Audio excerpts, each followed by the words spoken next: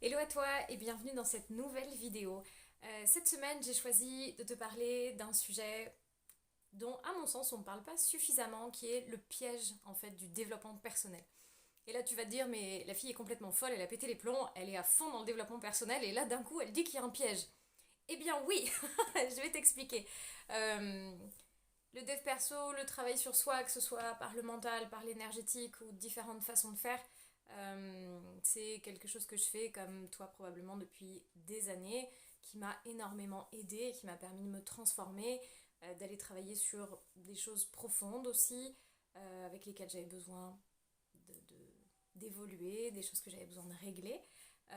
Maintenant, je remarque qu'il y a un aspect qui est un petit peu pervers, un travers en tout cas, sur lequel j'ai à cœur de pouvoir partager.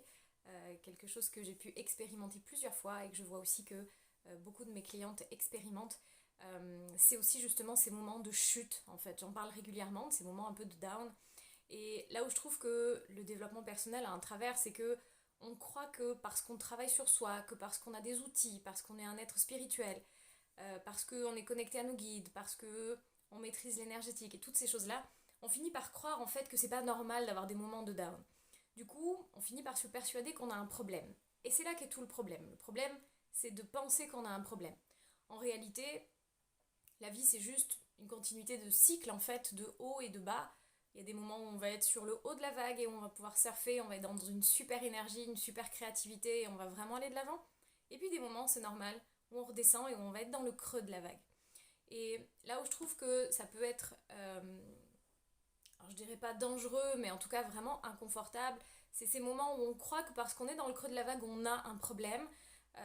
On se met à penser que c'est grave, on se met à penser que c'est hyper souffrant, qu'on va jamais s'en sortir. Et en réalité, plus on résiste, et plus c'est pire.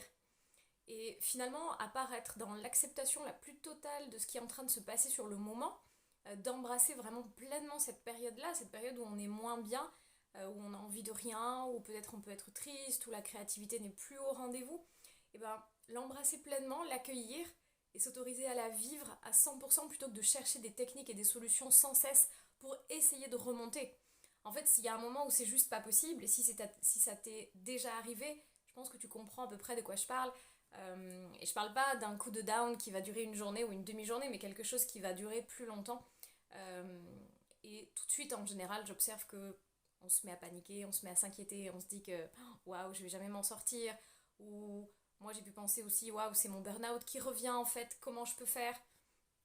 Qu'est-ce que je vais trouver comme solution? Donc, je me remets dans la méditation, je me remets dans l'énergétique, les huiles essentielles, tout plein de travail sur moi, de développement personnel, tout ce genre de choses, en mode quel est le problème en fait, et en me mettant à chercher le problème. Donc forcément, je trouve un problème puisque j'en cherche un.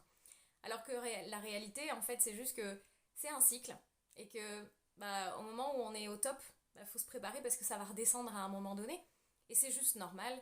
C'est la polarité de la vie qui fait ça, et l'équilibre. Et il peut pas faire jour tout le temps.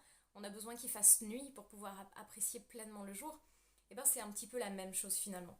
Donc si tu traverses ce genre de passe-là, ou si peut-être en ce moment c'est ce dans quoi tu es, et ben juste c'est normal en fait. Et ce que je t'inviterais à faire, c'est écouter tes besoins à l'intérieur.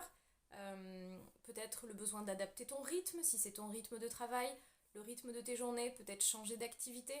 En tout cas, chercher à te connecter à de quoi j'ai besoin, de quoi j'ai envie, et sans culpabiliser, t'autoriser à vivre cette période-là pleinement. Si tu as envie de regarder un film ou une série parce que tu sens que c'est ça qui va te faire du bien, bah ne culpabilise pas. Ça fait pas de nous des êtres moins spirituels ou moins éveillés ou moins élevés, tout ça parce qu'on a besoin de prendre des temps de pause et de faire autre chose. Et voilà, on peut pas toujours être au top. Et finalement, c'est ce penchant, en fait, ce travers finalement du développement personnel euh, qui. Et je dis pas que c'est bien ou c'est mal, hein, c'est vraiment pas la question. Bien et mal, ça n'existe pas, mais c'est vraiment en tout cas comment accepter et comment vivre pleinement ces moments-là sans penser qu'on a un problème. Et la plupart du temps, on se met à se comparer à d'autres personnes qui nous donnent l'impression que eux, ils n'ont jamais ces moments de down.